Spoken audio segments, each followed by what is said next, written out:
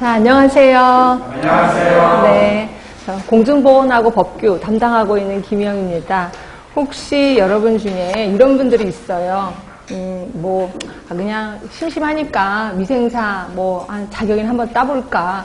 어차피 여러 가지 능력을, 그런 자격증을 따면 미래를 위한 초이스도 많으니까.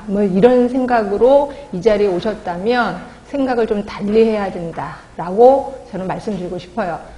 제가 이쪽 전공자의 눈으로 볼 때도 이제 공중보건의 문제가 점점 어려워지고 있다. 그러니까 예전에는 정말 말도 안 되는 문제가 나왔거든요. 그래서 기출문제만 몇 번 읽어도 답은 풀 수 있게끔 이랬었다가 지금은 아니에요. 조금 더 깊게 나왔고 조금 더 생각을 하게끔 나왔습니다. 제가 매년 이제 시험장에 가서 시험을 보고 오는데 특히 작년 같은 경우 시험장을 나오면서 이제부터는 정말 열심히 가르쳐야 되겠다. 열심히 이것저것 다 알고 있는 거를 알려드려야 되겠다는 생각을 했습니다. 제가 보건직 쪽 공무원만 한 15년을 했는데 그때의 노하우를 다 알려드려야 되겠다는 생각을 좀 했습니다. 그래서 제가 이미 출판에 써드렸는데 제가 이제 공중보건하고 법규를 담당하는데 특히 법규는 첫 번째 교시에 있는 건 아실 거예요. 모두 25문제 정도가 나오는데 이 중에서 공중위생관리법이 나름대로 많이 나옵니다. 한 5문제 나오고요. 근데 법규 쪽은요, 대부분 나오는 문제만 나와요. 그래서 제가 법규를 강의할 때는 처음부터까지 다 가르쳐 드리는 게 아니라 나오는 부분 중점적으로 알려드릴 겁니다. 그래서 5문제 나오고요. 식품위생법 5개, 그 다음에 이 중에서 가장 많이 나오는 건 감염병관리법. 특히 감염병관리법은 아직까지 바뀔 예정은 아니야. 2020년 1월 1일자로 시행 예정인 게 있는데 그게 확 바뀝니다. 그래서 혹시라도 그 문제가 나올까 걱정이긴 하는데 다른 쪽에서는 벌써 이미 나왔습니다. 시행일이 2020년 1월인데도 이미 문제가 나 있었기 때문에 혹시라도 우리 쪽에 나올까봐 기존의 법도 가르쳐드리고 시행 예정인 것도 가르쳐드릴까 합니다. 하여튼 이게 가장 많이 나올 것 같다라는 느낌이 들어요. 그래서 이제 폐기물관리법, 하수도법은 그렇게 많이 나오지는 않더라고요. 꼭 2문제를 넘어가지는 않더라고요. 그리고 먹물관리법도 한 5문제는 나옵니다. 그래서 대부분 법은 조금 보기에 골치가 아프지만 그래도 나오는 게 나와서 다행이다라는 생각을 하시면 돼요. 그래서 그것만 외우시면 괜찮겠다라는 생각이 들고 문제는 공중보건입니다. 여러분들은 공중보건 전공이신 분은 정말 쉬운데 대부분 전공이신 분이 안 오세요. 그래서 대부분 식품 전공하신 분들이 많이 오셔서 공중보건 쪽에 한 번도 접해보지 않으신 분들이 굉장히 많아. 이러다 보니까 저런 학문이 다 있어 이런 분들이 되게 많아요. 그래서 제가 이거는 아주 천천히 자세히 설명을 드릴 건데 일단 개념, 그 다음에 지금 공중보건에서 조금 이슈화되고 있는 게 건강증진이거든요. 이 건강증진 시험 문제 자꾸 나올 수밖에 없어요. 그래서 혹시라도 들어보셨는지 모르겠지만 헬스 플랜 2020이라는 계획서가 있어요. 시험 문제 엄청 나옵니다. 그래서 그것까지 합해서 한 4문제 정도가 나오고요. 그 다음에 역학은 어디 가나 자주 나옵니다. 그래서 3문제 또는 4문제까지도 나오기도 합니다. 그죠? 그 다음에 이제 감염성 질환이 여기 법에서 감염병관리법 6개가 나온 것처럼 이거랑 거의 맞물려서 7개 정도가 나옵니다. 그래서 이 법만 공부를 확실히 하시면 공중보건의 감염성 질환도 이제 조금 수월하게 넘어간다. 그래서 7개, 때로는 8개까지 나오기도 합니다. 하여튼 여기서 많이 나오고요. 그 다음에 우리나라는 전 세계적으로 만성질환이 점점 많아지는 건 아실 거예요. 그래서 만성질환 관리가 조금 더 점점 더 커지고 있다. 그래서 5문제, 작년에 5문제 나왔던 기억이 나고요. 가장 힘든 건 보건행정이에요. 여러분은 공중보건 자체도 너무 힘든데 이거보다 조금 더 힘든 게 보건행정이에요. 개념도 안 잡히고 시간은 없으니까 제가 중요한 것만 알려드리긴 하는데 이 중요한 게 아예 개념이 안 잡힐 거예요.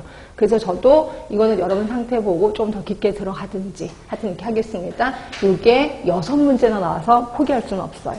그래서 이것도 좀 신경 써주시고 그 다음에 이제 보건관리라고 해서 제목은 하나인데 여기 안에 있는 내용이 되게 많아요. 인구, 영양, 모자보건, 노인, 학교, 정신, 통계까지. 그래서 대부분 우리 쪽은 영양 쪽은 잘 안 나오긴 하더라고요. 그죠? 우리 그 위생사 쪽에 영양 쪽 다른 또 교수님 담당하셔서 그런지 그쪽에서 나와서 그런지 우리 쪽은 그렇게 많이 나오진 않습니다. 하여튼 나머지가 모두 11개의 문제 또는 12개의 문제까지 나오기도 한다. 그러니까 여기서는 좀 신경을 좀 써야 되겠다라는 생각을 하시면 될 것 같고요. 자, 이렇게 수업을 할 때 제가 이제부터 제 수업 방식을 좀 알려드리겠습니다. 저는 하루에 3강을 하는 건 아실 거예요. 1강하고 한 50분 합니다. 그리고 10분 쉬고요. 그 다음에 50분 하고 2강. 10분 쉬고 그냥 3강. 그래서 이렇게 하는데 제가 이제 공무원 생활을 했다 그랬잖아요. 그래서 공무원 하면은 제가 일명 땡순이라고 표현을 해요.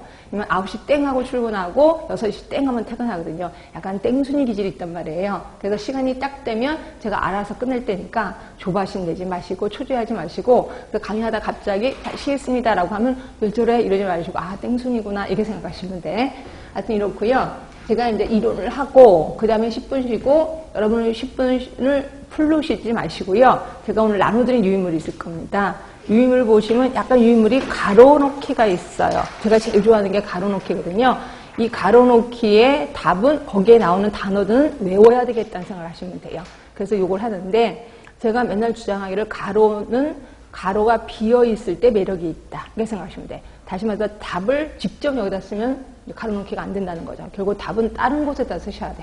다른 곳에다 답을 써주시고 이거는 갖고 다니다가 버스 안에서 한번 보는 거죠. 아 이게 무슨 단어다 딱 생각하게끔. 네, 이런 식으로 수시로 공부를 하시는 게 가장 좋다라고 보시면 됩니다. 그래서 요거를 언제 할 거냐면 수업 시간에 한번 보세요. 그리고 제가 2강 시작할 때 처음에 가로놓기를 한번 해볼 겁니다. 그러니까 처음에 배웠던 거를 그대로 가로놓기로 한번 공부를 하는 거죠. 그리고 이론을 할 거고 그럴 때 가로놓기 하면서 우리 책 뒤에 보시면 문제가 있을 거예요. 근데 그 문제가 한번 보시면 문제가 어디에 있냐면 첫 번째가 26쪽에 문제가 있을 거예요. 그래서 여기에는 기출문제도 좀 들어가 있고 기출문제가 공개되지 않은 건 아실 거예요. 그래서 제가 이제 그런 거 없이 그냥 제가 생각나는 대로 좀 해봤기 때문에 요거 좀 푸는데 이거를 다 풀긴 그렇고 이 중에서 조금 중요하다고 생각하는 것만 제가 몇 개 좀 접근해 들어갈 겁니다. 예. 그리고 나머지는 정답도 있고 해설도 있으니까 나머지는 여러분들이 풀어보시면 될 것 같고요. 이렇게 해서 가로놓기 하고 문제풀이를 좀 할 거고 그 다음에 이론하고 그죠? 그 다음에 또 쉬었다가 또 가로놓기 하고 그 다음에 문제풀이 하고 그 다음에 이론하는데 자 오늘은 첫날이라서 제가 안 갖고 왔는데 다음 주부터는 쪽지시험이라는 걸 하나 갖고 올 겁니다. 쪽지시험. 쪽지시험은 오늘 배운 거를 시험을 제가 낼 거예요. 그러니까 여러분들은 좀 일찍 오세요. 일찍 오셔서 쪽지시험 한 20문제 정도 되거든요. 이걸 한번 풀어보시고 그거에 대한 답을 언제 가르쳐 드리냐면 3강 처음에 가르쳐 드릴 겁니다. 3강 처음에 답 알려드리고 그 다음에 여러분들 궁금한 거 있으면 제가 그때 질문 받아서 해설해 드리고 예, 그럴 겁니다. 그래서 쪽지시험까지. 결국 하나를 배우면 몇 번 반복하게 되냐면 가로놓기를 한 번 반복하고 쪽지 시험을 한 번 더 반복하고 그래서 2번 반복할 거고요. 그 다음에 제가 수업하는 도중에서도 계속해서 얘기를 할 겁니다. 이거는 2번째 반복하는 겁니다. 이건 3번째 반복하는 겁니다. 근데 되게 신기한 거는 뭐냐면요. 분명히 제가 3번째 반복하는 겁니다 라고 얘기를 해도 여러분은 나 처음 들었는데 이렇게 생각하시면 되게 많을 거예요. 좀 신기한 현상이 일어나더라고요. 그러니까 제가 그래도 계속해서 반복을 해서 수업하는 과정에서 완벽하게 외울 수 있게끔 그렇게 하겠습니다. 단 여러분들이 수업 시간에 졸지만 않으면 돼.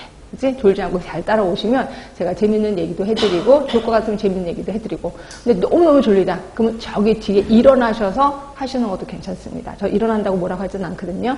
네, 그렇게 해서 좀 따라와 주시면 괜찮을 것 같아요. 아셨죠? 네, 그러면 지금부터 수업 들어가겠습니다. 자, 책은 어디냐면 이쪽이에요. 이쪽. 자, 공중보건학의 개념입니다. 자, 공중보건학의 개념인데 뜬금없이 처음에 건강의 개념이 나와요.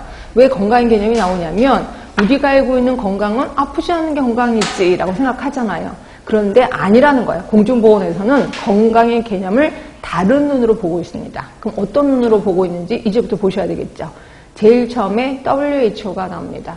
WHO 중요하겠죠. 시험 문제 많이 나오겠죠. 자, WHO는 단순히 질병이 없거나 허약하지 않은 상태만을 의미하는 것이 아니고 여기까지 그냥 넘어가시면 돼. 자, 외우실 거.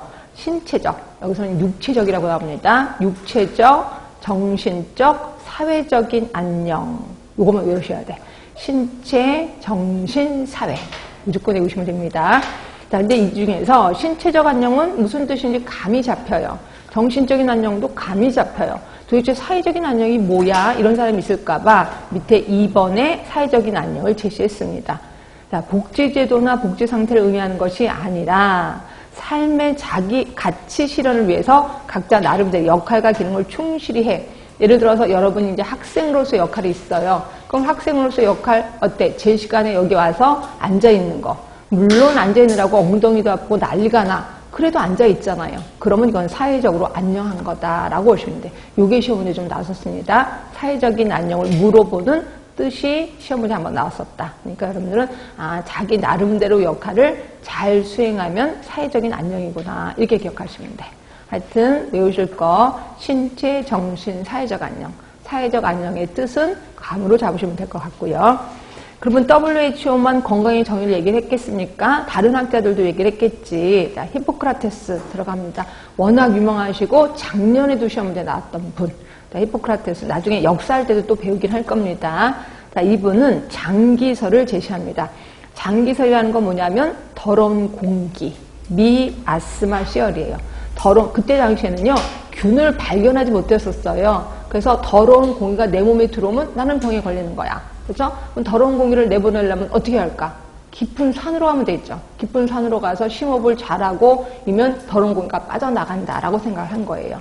그러면서 이때 만든 병이 있습니다. 그 병이 뭐냐면 말라리아라는 병이에요. 그 다음에 아리아.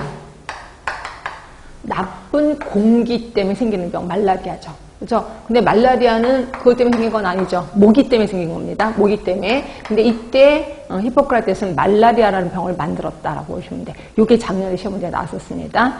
그래서 장기설과 관련된 병은 뭐냐? 그럼 말라리아. 이렇게 생각하시면 돼. 그렇죠? 자, 그랬고 그 다음에 또 하나 주장한 거는 우리 몸은 4개의 액체로 되어 있다. 4개의 액체가 뭐냐면 혈액, 점액, 황담, 흑담. 요거를 외우고 싶은데 잘 나오진 않더라고요. 그래서 혹시라도 나오면 그냥 답은 쓸 수 있게끔 혈액, 점액, 황담, 흑담 이렇게 4개의 액체로 되어 있구나. 이 4개의 액체가 균형을 받으면 건강한 거야. 그런데 어떤 이유에 의해서 4개 중에 하나가 커지면 병에 걸린다라고 보시면 돼요. 하여튼 이렇게 2개를 제시한 사람이 히포크라테스. 외워두시고 자, 버나드라는 사람도 우리 쪽은 아직 안 나왔는데요. 다른 쪽에서는 이미 굉장히 유명한 사람이 버나드거든요. 자, 버나드는 B자가 이렇게 생겼잖아요. 요거 별로 안 예쁘죠? 요거 별로 안 예쁘죠? 위아래가 균형을 받으면 괜찮죠? 그래서 내부 환경, 외부 환경의 항상성을 주장하신 분이 버나드예요. 항상성. 그러니까 외부 환경이 바뀌었을 때 내부 환경이 발빠르게 움직여야 돼. 그래서 바깥이나 안이나 똑같아야 돼. 이렇게 주장한 사람이 버나드예요. 그래서 버나드는 B 글씨로 좀 알아두자라고 얘기를 했고요. 자, 이 사람도 되게 중요합니다. 자, 자꾸 중요한 사람만 나와서 던은 뭐라고 표현했냐면 건강을 일직선상에 제시합니다. 일직선상. 그래서 이쪽으로 갈수록 건강한 거, 이쪽으로 갈수록 불건강한 거 이러면서 건강은 하루 중에 왔다 갔다 한다는 거죠. 그렇지? 자, 예를 들어서 제가 아침에 일어나서 세수를 하는데 오늘따라 피부가 너무 예쁜 거예요. 내 피부가 왜 이렇게 예쁘지? 그래서 이제 어떻게 잠도 잘 안 잔 것 같은데 그래서 이제 로션을 바르는데 너무 피부가 잘 스며드는 거야. 그래서 웬일이야 신나게 막 화장을 했어요. 그리고 안경을 딱 쓰니까 아니야 원래대로 되돌아왔어. 이런 거라는 거죠. 건강은 항상 기분이랑 거의 비슷해요. 그래서 즐거울 때가 있고 좋을 때가 있고 나쁠 때가 있다라고 본 거야. 결국 이거는 다른 말로 동적인 개념이라고 해요. 동적인 개념. 또는 연속성 개념이에요. 연속성 개념. 그러면 동적인 개념의 반대가 뭐예요? 동적인 개념의 반대가? 정적인 개념이죠. 그럼 정적인 개념을 제시하는 건 누구세요? 그거는 WHO죠. WHO는 아까 뭐래서 신체적, 정신적, 사회적으로 안녕해야 돼 이렇게 얘기를 했잖아요. 딱 끊었잖아요. 그럼 만약에 안녕하지 않아. 그럼 이건 불가능한 거야 라고 온 거죠. 그래서 WHO는 정적인 개념이에요. 그래서 WHO는 정적인 개념이고 다른 말로는 불연속 개념이에요. 그런데 비해서 던은 그거를 반발한 거죠. 그래서 던이 유명한 겁니다. 던은 동적인 개념이야. 건강은 움직일 수 있어. 내가 비록 팔다리가 없지만 건강할 수 있다는 거죠. 왜? 팔다리가 없어. 근데 입으로 붓을 물고 그림을 그렸어. 그럼 나는 건강한 거 아니에요? 그래서 건강은 하루 종일 왔다 갔다 한다라고 얘기한 겁니다. 그래서 동적인 개념, 연속성 개념 요걸 잘 알아두시면 되고요. 여러분 느낌이 어때요? 지금은 요거예요? 정적인 거예요? 동적일까요? 지금 느낌에. 정적? 아니야. 지금은 동적인 개념이에요. 그래서 지금은 현대 사람들은 대부분 동적인 개념이 훨씬 더 유세하다라고 보시면 됩니다. 그렇죠? 자, 그래서 이제 던이라는 사람 훑어봤고요. 디보스라는 사람은 그냥 보시면 돼. 건강 환경에 적응한 결과로 개인의 사회적, 정서적, 영적, 생물학적 건강을 수반하는 삶의 질, 결국 적응이에요, 적응. 예, 디보스는 적응이라는 얘기를 좀 썼구나 하시면 되고요. 자, 라논드, 이 사람도 되게 중요합니다. 라논드. 자, 이 사람은 건강은 4개에 의해서 좌지우지된다. 자, 4개가 뭐냐면 환경, 그 다음에 생활 방식, 그 다음에 인간 생물학, 그 다음에 보건의료 체계. 요 4개 따위는 외우고 싶은데 만약에 힘들다고 한다면 하나만이라도 외우세요. 이 중에서 라논드는 생활 방식이 가장 중요하다라고 표현했어요. 생활 방식이 뭐냐면 영어로 라이프 스타일, 그래도 잘 모르겠는데요. 자, 이게 뭐냐면 생활 습관이에요. 한마디로 생활 습관. 그 사람의 생활 습관이 건강을 좌지우지한다는 거예요. 제가 학교 다녔을 때 철수라는 선배가 있어요. 근데 이름이 하도 술을 많이 먹어서 우리가 철주라고 별명을 붙였는데 이분이 고등학교 때까지 술 하나, 담배 하나 한 번도 안 피신 분이었는데 대학교를 딱 들어오자마자 특히 소주에 피리 꽂힌 거예요. 소주를 엄청 좋아하시는 거예요. 근데 얼마나 좋아하셨는지 술을 항상 갖고 다녀요. 학생이니까 돈은 없으니까 안주를 못 먹는 거죠. 그래서 이렇게 차고 다니다가 술을 홀짝홀짝 먹는 거예요. 수업 시간에도 홀짝홀짝 먹고 항상 술에 취해 있어요. 그래서 맨날 후배들 보고 이쁘다 이쁘다 그래서 많은 후배들이 되게 좋아했던 선배거든요. 키도 커요. 185고 등치도 되게 커요. 하여튼 그랬던 선배가 4학년 때 수업하다 갑자기 쓰러진 거예요. 그러면서 응급실에 갔다는 거예요. 그래서 우리 놀래가지고 또 후배들이 갔죠. 쫓아갔더니 상태가 별로 안 좋아요. 그래서 어떻게 그랬더니 괜찮아 근데 술이 먹고 싶다는 거예요. 계속 그러시다고요. 그들이 좀 있다가 상태가 아주 안 좋아서 중환자실로 갔고 그 다음에 보름 만에 돌아가셨습니다. 그래서 깜짝 놀랐습니다. 그러니까 사람의 생활 습관이 4년 동안 되면 이게 좋을 수도 있다는 걸 알게 됐습니다. 이거예요. 그래서 라논드는 생활 습관이 건강을 좌지우지한다라고 표현을 했고요. 요 말 때문에 건강 증진의 원형이 됐습니다. 거기다 안 쓰세요. 이분이 그 생활 습관이 50% 또는 60%까지 차지한다라고 표현을 했기 때문에 요 말 때문에 건강 증진의 원형이 됩니다. 그래서 유명하신 분이 라논드. 아까 건강 증진 제가 제일 처음 얘기했죠. 건강 증진 지금 뜨고 있다라고 얘기를 했잖아요. 그렇죠? 이거예요. 그래서 건강 증진의 원형이신 분이 라논드예요. 그래서 시험 문제 좀 자주 나온다. 특히 무슨 말을 해서 생활 방식이 거의 60%를 차지한다고 얘기를 해서 그렇게 해서 알아두시고. 자, 그 다음에 6번째입니다. 팔슨. 자, 팔슨은 사회적인 역할과 항상 뭔가를 얘기를 했어요. 그래서 사회적인 역할이라는 말이 나오면 그냥 팔슨 이렇게 해서 외워두시는 것도 괜찮습니다. 자, 뉴만은 그냥 슬쩍 넘어갈 거고요. 그 다음에 이제 9번째. 옆으로 가시면 보일 거예요. 캐슬 콥이라는 사람.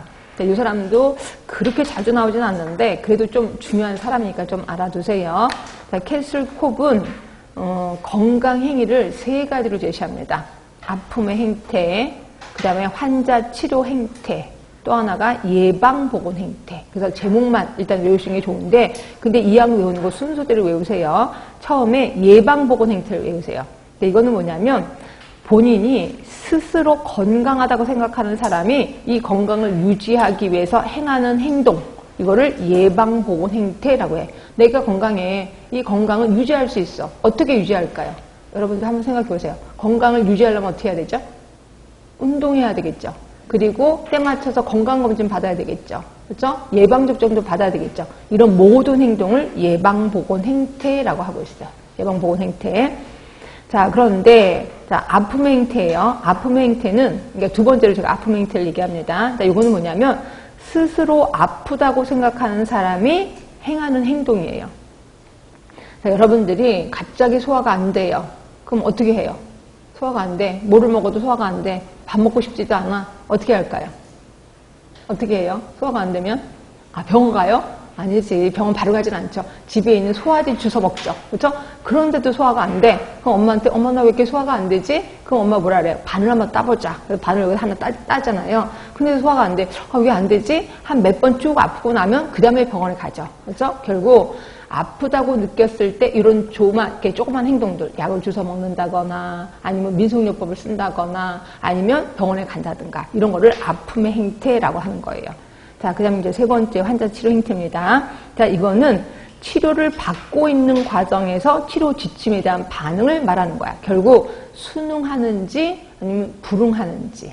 그러니까 이거는 드디어 의사한테 간 거예요. 근데 의사가 당신 위암입니다 라고 얘기를 했어요. 그리고 나면 그 다음부터 위암을 치료하려고 노력을 하겠죠. 이거를 환자 치료 행태라고 얘기를 해. 자, 그러면 아픔의 행태하고 환자 치료 행태의 차이점은, 그러니까 가장 기준점은 뭐냐면 진단받기 전이냐 진단받은 후냐예요. 진단받기 전이면 아픔의 행태, 진단받은 후면 그 병을 치료하기 위해서 노력을 하겠죠. 이걸 환자 치료 행태라고 얘기를 해요. 이해되셔야 됩니다. 다시 한번 예방보건 행태는 건강한 사람들의 행태. 자, 아픔의 행태는 아픈 사람. 그러나 아직 진단받기 전입니다.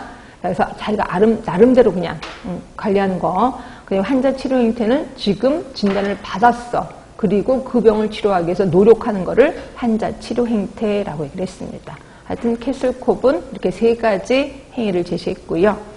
자, 그래서 지금까지는 학자들이 얘기한 건강의 정의 얘기를 했습니다. 다시 한 번만 반복할게요. 자, 학자들이 얘기한 것 중에 누구 생각나세요? 제일 먼저 누구 생각나세요? 학자들이 히포크라테스. 히포크라테스 하면 장기설, 또 하나 4개의 체액설. 예, 기억하시면 되고, 그 다음에 위아래가 균형을 받아야 된다. 내부, 외부, 항상성 주장한 사람 누구세요? 버나드. 옳지, 버나드. 내부, 외부, 항상성을 주장합니다. 자, 그 다음에 또 꼭 기억하실 분은 누구냐면 라논드. 기억하라고 했죠. 라논드 하면은 뭐가 50 내지 60% 차지한다고 했어요. 생활 습관 또는 라이프 스타일이 50, 60%까지 차지한다. 그것 때문에 뭐의 원형으로 본다고요? 건강 증진의 원형으로 본다라고 표현했습니다. 저 라논드 엄청 중요합니다. 자, 그 다음에 기억하실 분이 캐슬콥이에요. 자, 캐슬콥은 3가지 단계를 얘기한다고 했습니다. 얘 정확한 단어는 생각이 안 날 거예요. 근데 하여튼 얼추 비슷하기만이라도 외우셔야 돼. 제일 처음이 예방. 그쵸? 그 다음이 아픔. 그쵸? 그 다음이 치료 행태. 그래서 대강만이라도 외워두세요. 그 순서대로 일단 그렇게만 외우셔도 상관없을 것 같아요. 그렇게 해서 있고, 그 다음에 무엇보다도 제일 중요한 거는 이거. 기억하시죠? 그치? 연속성 개념. 누구세요? 이분? 예, 이분 되게 중요합니다. 그래서 요분들은 머릿속에 좀 기억을 해주셨으면 좋겠다라고 보시면 돼. 자, 그 다음에 건강 개념의 변천을 볼게요. 자, 19세기 이전에는 신체 개념이에요. 신체 개념. 그러니까 몸에 균이 들어가면 아픈 거야. 근데 균이 빠져나가면 괜찮은 거야. 그래서 신체 개념이고, 19세기는 심신 개념이야. 이거는 좀 이따 다시 한번 얘기를 할 겁니다. 일단 여기서는 신체 개념이었고 심신 개념이었고 그다음에 생활 개념으로 바뀌었구나. 자, 생활 개념에는 WHO가 한 얘기가 나옵니다. WHO 아까 뭐라 했어요? 신체, 정신, 사회적인 안녕. 이 3개가 묶어서 생활 개념이에요. 그죠? 3개입니다. 신체, 정신, 사회적인 안녕. 이거를 우리 생활 개념이라고 하는 거고요. 그 다음에 동그라미 2번에 보시면 98년에 영적인 개념을 한번 운운한 적이 있었어. WHO에서. 아까 신체, 정신, 사회 말고 영적인 안녕 하나 집어넣자. 근데 그때 당시에 되게 말이 많았었습니다. 영적인 안녕이 뭐냐면요. 이런 거야. 인간에게는 3개의 욕구가 있대요. 하나의 욕구가 뭐냐면 남에게 용서받고자 하는 요구 또는 남을 용서하고자 하는 욕구가 있대. 뭐 그건 저도 있습니다. 두 번째 욕구가 뭐냐면 내가 왜 사는지를 안대요. 여러분 왜 사는지 알아요? 모르잖아요. 말도 안 되는 거죠. 그래서 이거 말도 안 돼. 그 다음에 또 하나가 뭐냐면 절대자와의 사랑을 주고받아야 된대. 이때 절대자는 누구냐면 종교가 있다 없다예요. 그래서 종교가 있으면 영적으로 건강한 거야. 종교가 없으면 영적으로 불건강한 거야. 이렇게 얘기한 거죠. 그래서 많은 사람들이 말도 안 돼. 그래서 운운하다가 채택이 안 된 게 영적인 개념이라고 보시면 되고요. 그런데 우리 쪽은 아직까지 안 나왔습니다. 근데 다른 쪽에서는 이런 문제가 한번 나온 적 있었어요. 자, 그 건강에 대한 개념이 맨 처음에 신체 개념이에요. 그렇죠? 그 다음에 무슨 개념이라고요? 그다음 무슨 개념? 조금 전에 봤는데 신 개념. 그렇죠? 그 다음에 뭐라고요? 생활 개념. 그래서 3개였거든요. 근데 지금 현재는 무슨 개념이 더 추가되느냐 이렇게 한번 시험 문제 나온 적 있었어. 그게 뭐였냐면 영적인 개념이에요. 영적인 개념. 우리 쪽은 한 번도 나온 적은 없습니다. 근데 그런 문제가 나올까 봐서. 그래서 신체, 심신, 생활 개념까지 현재 왔는데 앞으로는 영적인 개념이 더 들어갈 수도 있다. 이렇게 생각하시면 돼. 그래서 제가 그 밑에다가 영적인 개념을 하나 써놨다라고 보시면 되고요. 자, 그래서 건강 개념의 그 변천에 대해서 한번 훑어봤고요. 그 다음에 네 번째 오시면 건강의 모형, 모델에 대해서 할 건데 네 가지를 할 겁니다. 1번에 보시면 생의학적 모델. 자, 뒤로 잠깐만 갈게요. 뒤에 가시면 생태학적 모델. 그 다음에 세 번째는 사회 생태학적 모델 있고요. 그 다음에 살짝 옆으로 가시면 5번에 총체적 모델이 있어요. 이 5개 좀 설명을 드릴까 합니다. 자, 일단 저는 설명 드린 다음에 줄쳐 드리도록 할게요. 자, 맨 처음에 생의학적 모델. 그 다음에 또 하나가 생태학적 모델. 그 다음에 또 하나가 사회 생태학적 모델. 그 다음이 네 번째가 총체적 모델입니다. 이 중에서 가장 중요한 건 당연히 총체적 모델이 가장 중요하다라고 보시면 되고요. 대강 뜻을 설명드린 다음에 줄은 쳐드릴게요. 자, 생의학적 모델은 뭐냐면, 생의학적 모델은 심신이원론이에요. 심신이원론. 뭐냐면, 심은 마음입니다. 마음. 그 다음에 신은 몸이에요. 마음과 몸은 따로따로다다. 이렇게 보는 거죠. 그래서 그러면 우리 인간은 마음이 아픈 거는 우리 인간이 어쩔 줄 몰라. 이거는 그냥 절대자가 알아서 해야 돼. 우리 인간은 몸만 관리해. 그래서 심신이원론이에요. 이 몸을 숙주라고 표현했어요. 숙주 안에 병원체가 들어가면 병이 생기는 거야. 근데 숙주 몸에 병원체가 빠져나가면 건강한 거야 라고 본 거죠. 그럼 마음은 몰라? 이렇게 본다는 거죠. 근데 그때 당시에 생리학적 모델일 때는 지금은 환자 수술할 때 뭐예요? 마취제 하잖아요. 근데 마취제가 없었을 당시엔 뭐 하는 줄 아세요? 마취제 없었을 당시엔 술을 먹였어요. 그러니까 술을 먹이고 수술하는 거예요. 근데 환자가 계속 소리 지르 아프다고, 야 시끄러, 술 더 먹여 이러는 거죠. 술을 계속해서 먹여요. 그러니까 한쪽은 술 먹이고 한쪽은 수술 배쩍 갈라놓고 수술하는 거예요. 그래서 시끄러우니까 술 더 먹여. 근데 조용해졌네. 그래서 수술 계속해. 그래서 수술 다 끝나면서 수술 다 끝났습니다. 딱 봤더니까 죽었어. 아, 하나님이 데려갔구나. 이거예요. 이게 심신이원론이야. 몸과 마음은 따로따로다라고 본다는 거죠. 근데 솔직히 안 그렇잖아요? 우리는 마음이 아프면 몸도 아프고 몸이 아프면 마음도 아프잖아요. 예, 그게 생태학적 모델로 가긴 합니다. 그때부터는. 근데 하여튼 여기서는 심신이원론이에요. 그리고 우리 몸에, 그러니까 말 그대로 우리 몸은 그냥 기계다라고 보는 거죠. 그래서 병이 났다? 그럼 기계가 고장났다라고 보는 게 생의학적 모델이라고 보시면 될 것 같고요. 지금 요거 있어요, 없어요? 생의학적 모델. 있어요, 없어요? 사람의 몸이 그냥 하나의 그냥 기계다. 이렇게 생각하는 거 있어요, 없어요? 있지 않아요? 그게 뭐예요? 장기이식이잖아요. 장기이식. 그죠? 장기이식하는 거 하기 위해서 만든 게 뭐예요? 혹시 아세요? 장기이식하기 위해서 장기이식을 뭘로 해요? 누구 걸 해요?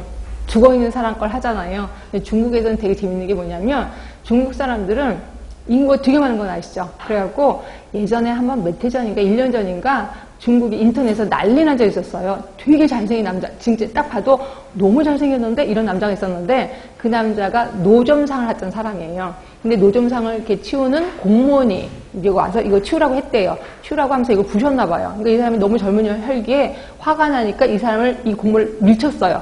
밀쳤다는 거 하나만으로 사형선고를 받아요. 그래서 그리고 인터넷에서 난리가 난 거예요. 그 여동생이 우리 오빠 살려주세요. 우리 오빠 22살밖에 안 되는데 살려주세요. 그래서 오빠 얼굴을 인터넷에 올려놨는데 너무 잘생겼더라고요. 그래서 전 세계 여성들이 막 흥분한 거죠. 이 남자 살려야 된다. 그런데 사형 선고 받은 지 한 달 만에 진짜 사형 당했습니다.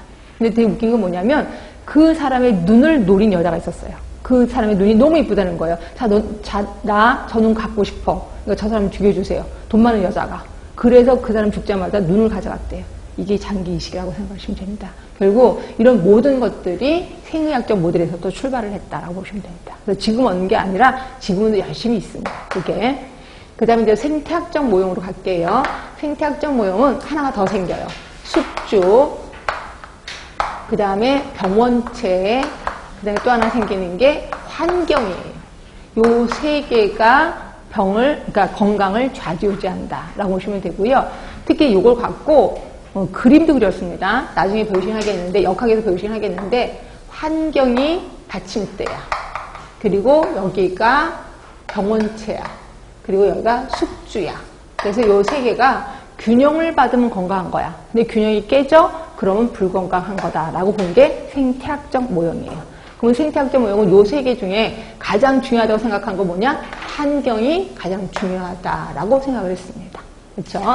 자, 그럼 사회생태학은 또 뭘 받느냐? 숙주 그대로 내려옵니다. 인체생리라는 말로 내려옵니다. 인체생리. 자, 병원체가 안 내려오고 환경이 내려와요. 환경. 그리고 개인 행태가 됩니다. 그럼 병원체가 없어졌나요? 아니요. 병원체가 환경 안으로 들어갑니다. 그래서 요 세 개, 인체생리, 환경, 개인 행태. 개인 행태가 뭐냐면 아까 했던 라이프 스타일, 생활 습관을 얘기하는 거예요. 그래서 생활 습관이 여기 딱 들어갑니다. 그러면서 요 세 개 중에 가장 중요한 거는 개인 행태다라고 얘기를 합니다.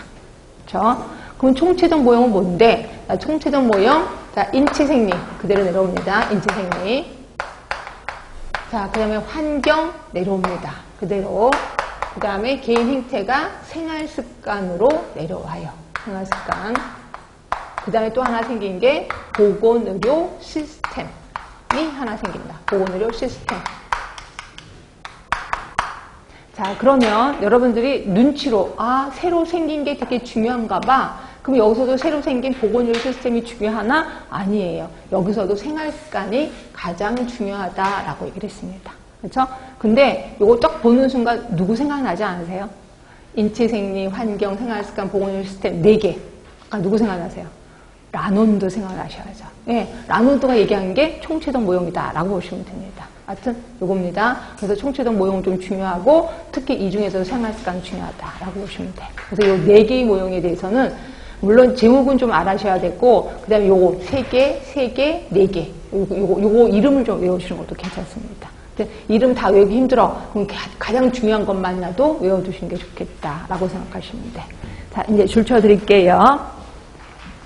자, 3쪽입니다. 생의학적 모델. 그래서 정신과 육체가 분리하는 심신이원론이다라고 얘기를 했고요. 자, 그래서 인체를 기계 부품처럼 이해를 했다. 얘기를 했습니다. 자, 밑에 거는 쭉 있고 이러다 보니까 주요 내용을 잠깐 볼게요. 주요 내용을 보시면 3번째 점땡이가 있을 겁니다. 질병의 치료. 그리고 전문가 중심의 의료 체계가 형성이 됩니다. 결국 의사가 최고예요. 의사한테 가면 내 병은 다 없어질 거다 생각을 한다는 거죠. 그러니까 의사들의 지위만 올라갔다라고 보시면 됩니다. 맨 마지막 줄에 있을 겁니다. 전문가 중심의 의료 체계가 형성이 됐다라고 보시면 됩니다. 그래서 이런 현상이 일어나고요. 자, 그 다음에 뒤로 갑니다. 생태학적 모형이요. 자, 생태학적 모형은 3가지라고 얘기를 했습니다. 병인, 자, 그 기억번에 보시면 있을 거예요. 기억번에 병인, 숙주, 환경 요 3개가 균형을 유지하면 건강이 유지된다라고 표현했고요. 이 중에서 가장 중요한 게 뭐라고요? 가장 중요한 게 환경이라고 얘기를 했어요. 그러니까 환경에다가 별표를 좀 쳐주시는 것도 괜찮습니다. 니은번에 있네요. 고드는 가장 중요한 게 환경적 요소다라고 강조를 했다. 얘기를 했습니다. 그 다음에 동그라미 3번 사회생태학적 모형이요. 사회생태학적 모형은 3가지 요소, 거기 점땡이 보이시죠? 인체적 요인, 그 다음에 환경 요인, 그 다음에 개인 행태 요인. 이 중에서 가장 중요한 게 개인 행태 요인이다라고 표현했고요. 그렇죠? 그러면서 디귿번을 잠깐 볼게요. 이렇게 개인의 행태 요인의 변화로 질병 양상이 변화됐다는 거예요. 급성에서 고혈압, 당뇨병 같이 만성 질환으로 많은 사람들이 변화가 됐어요. 자, 예전 병리학적 소인의 질환으로 이제는 비병리학적 소인 질환으로 바뀌었어요. 병리학적 소인이라는 건 뭐냐면 속에 있는 내부가 변하는 거예요. 내부 장기가 변해. 뭐 WBC 수치가 올라가. 이런 걸 병리학적 소인이라고 하는 거고 이런 거 없이도 병이 생기는 거예요. 혈압, 뭐 그냥 아무 이유 없이 병원치 없이도 생기잖아요. 그런 걸 우리 비병리학적 소인 질환이라고 표현하는 거고 감염성 질환에서 이제는 비감염성 질환. 병원체가 없이도 병이 생긴다는 거예요. 이런 식으로 바뀌었다. 이런 거는 굳이 외우지 마세요. 그냥 여기서 외우실 거는 인체, 환경, 개인 행태. 이렇게만 외우시면 될 것 같고요. 자, 그 다음에 옆에 가시면 총체적 모델. 자, 총체적 모델은 니은본입니다. 니은본의 구성요소 4개 보이시죠? 환경, 생활습관, 인체생리, 보건의료 체계. 이 중에서 가장 중요한 거는 생활습관. 있으니까 이것도 역시 50% 이상이라고 보시면 될 것 같아요. 자, 이렇게 해서 우리 모용에 대해서 좀 끝이 났고요. 자, 핵심 부분은 좀 이따 다시 할 거니까 좀만 참아주시면 되고요. 지금까지 한 거는 모두 건강에 대해서 다 끝이 난 거예요. 그죠? 자, 다시 한 번만 확인할게요. 건강하면 제일 처음 WHO 건강. WHO 하면 뭐 생각날까요? 신체적, 정신적, 사회적. 이 중에서 사회적인 게 문제에 나왔었다라고 표현했고, 그다음에 여러 학자들이 제시한 것 중에 좀 기억하실 거는 라논드 좀 기억을 해라. 예, 이것도 얘기를 했고요. 그 다음에 건강의 변천, 건강의 역사적 변천 기억하시죠? 맨 처음은 신체 개념. 그 다음에 두 번째가 심신 개념. 그 다음에 세 번째가 생활 개념. 나중에 혹시 추가가 된다면 영적 개념도 추가될 수 있다라고 표현을 했었습니다. 그리고 모형에 대해서 배우셨어요. 그래서 모형에 대해서 생의학, 생태학, 사회생태학, 총체적 모형. 예, 거기서 이 옆에 것들을 좀 외워주시는 게 좋다라고 보시면 돼요. 예, 이렇게 있고요. 추우세요? 추우세요? 근데 이걸 끄면 또 더울 것 같은데 일단 제가 얘기는 해볼게요. 그죠? 너무 추워서. 자, 일단 좀만 참으시고요. 공중보건학의 정의 들어가겠습니다. 자, 공중보건학에 대해서는 윈슬로우 교수 거를 좀 보셔야 돼. 책은 6조기에 윈슬로우 교수 거. 자, 윈슬로우 교수는 공중보건학을 뭐라고 표현했냐면 조직적인 지역사회 공동의 노력을 통해서 질병을 예방하고 수명을 연장하고 신체적, 정신적 효율을 증진시키는 기술이자 과학이다라고 얘기를 했어요. 자, 여기서 외우실 거 따로따로 외우셔야 되는데 일단 조직적인 지역사회의 노력, 조직적인 지역사회의 노력, 그리고 질병 예방 수명 연장, 질병 예방 수명 연장, 또 하나가 신체적, 정신적 효율. 이렇게 해서 따로따로 외우시는 게 좋아. 아까 WHO에서는 뭐가 더 있었었지? 신체, 정신 말고 사회적인 게 하나 더 있었잖아요. 근데 여기서는 신체, 정신밖에 없네요. 신체적, 정신적 효율 이렇게만 있습니다. 가장 궁극적인 건 뭐냐면 질병 예방, 수명 연장이에요. 가장 궁극적인 거. 질병을 예방하고 수명을 연장하는 게 가장 궁극적인 거고 이거를 위해서 어떻게 해야 돼? 조직적인 지역사회 노력을 통해서 신체, 정신적 효율을 증진시키는 거다라고 보시면 돼요. 근데 요 문장 갖고 시험 문제 엄청 많이 나옵니다. 그래서 슬쩍, 그러니까 보기 중에 다음 중 옳지 못한 건 뭐냐 이러면서 조직적인 지역사회 노력을 슬쩍 뭐라고 하냐면 조직적인 의료시설의 노력 이렇게도 나와요. 그치? 또는 의료체계의 노력 이렇게도 나와. 근데 그게 아니라 지역사회 노력이에요. 조직적인 지역사회 노력. 그래서 이 문장 갖고 따로 띄어서 시험 문제가 좀 많이 나온다라고 보시면 되고요. 이 중에서 시험 문제가 나올 게 하나가 있는데 여러분 좀 외우기 힘들어 하셔서 그럼 조직적인 지역사회 노력은 어떤 노력을 통해서 어떤 노력을 해야 되는데요. 이게 뭐냐면 7쪽에 위에 꼭대기에 있어요. 이게 공중보건의 내용이에요. 이게 시험 문제 나오는데 외우기 너무 많아서 이게 재작년인가도 이거 시험 문제 한번 나왔었을 겁니다. 이거 그냥 나와요. 그래서 조직적인 지역사회 공동의 노력에 속하지 않는 건 뭐냐 이런 식으로 나오거든요. 그래서 보시면 환경위생, 감염병 관리, 그 다음에 개인위생, 옆에 가시면 보건교육. 그 다음이 좀 많이 나온 문장인데 질병의 조기 진단 치료를 위한 의료조직, 그 다음에 간호봉사 조직이에요. 근데 이 시험 문제 어떻게 나오는지 아세요? 말도 안 되게 이렇게 나왔습니다. 질병의 조기 진단 치료를 위한 간호의 조직화 나왔어. 틀린 말이야, 맞는 말이야? 네? 틀린 말이에요, 맞는 말이에요. 다시 한번 질병의 조기 진단과 치료를 위한 간호의 조직화. 맞아요, 틀려요? 틀린 거지. 간호가 무슨 조기 진단하고 치료를 왜 해요? 누가 해요? 의료가 하는 거잖아요. 그래서 그게 한번 틀리게 나왔었습니다. 말도 안 되게. 그래서 질병의 조기 진단과 치료를 위한 의료의 조직, 간호는 봉사예요. 간호, 봉사의 조직화. 사회보장제도 확립. 그래서 요게 자꾸만 시험 문제 나오는데 말 갖고 장난도 논다라고 보시면 돼요. 그래서 요거는 외웠으면 좋은데 여러분 외우기 힘들면 하여튼 알아서 하십시오. 요거는 분명히 시험 문제는 좀 나온다라고 보시면 될 것 같고. 자, 그 다음에 공중보건과 유사한 학문이 있어요. 그래서 공중보건과 유사한 게 위생학이에요. 그래서 우리가 위생 쪽에서 우리 공중보건을 배우는 거고요. 예방의학, 사회의학, 지역사회의학, 건설의학 이런 것들 모두 공중보건과 유사한데 만약에 여기에 치료의학이라는 말이 들어가. 치료의학. 그러면 틀린 말이에요. 치료의학은 치료 쪽이에요. 우리 보건은 치료 쪽 하면 치료라는 말이 나오면 웬만하면 틀려요. 그러니까 여러분들은 여기서 다음 주 공중보건학과 유사한 학문이 아닌 거 뭐냐? 그래서 치료의학에 들어가면 그건 틀린 거다라고 보시면 됩니다. 하여튼 이렇게 보고요. 자, 그러면서 그 밑에 핵심 포인트를 잠깐 볼게요. 요거는 외우는 건 아니고 비교를 좀 하시라는 거죠. 공중보건과 임상의학, 그러니까 병원 얘기를 하는 겁니다. 좀 비교를 해봤더니 공중보건학은 대상이 지역사회 전체 주민이야. 그런데 비해서 임상의학은 개인 환자 중심. 그쵸? 병원에 가면은 환자 중심이잖아요. 자, 목적 보세요. 공중보건학은 육체적, 정신적. 아까 했었던 거잖아. 육체, 정신의 능률 증진. 그러나 임상의학은 투약해주고 재활해주고 복귀하는 거예요. 이해되시겠죠? 자, 공중보건학의 평가 항목은 보건통계예요. 그래서 우리 통계도 배울 겁니다. 임상의학은 임상검사. 아, 이런 차이가 있구나. 굳이 외우진 않아도 되죠. 그래서 공중보건은 이런 거구나 라고 보시면 될 것 같아요. 그렇죠? 자, 그래서 이제 공중보건학의 정의에 대해서 얼추 다 얘기를 했고요. 그럼 이제 공중보건학의 역사에 들어갈 건데 요건 조금 양이 많거든요. 그래서 요건 조금만 쉬었다가 하겠습니다. 조금만 쉴게요.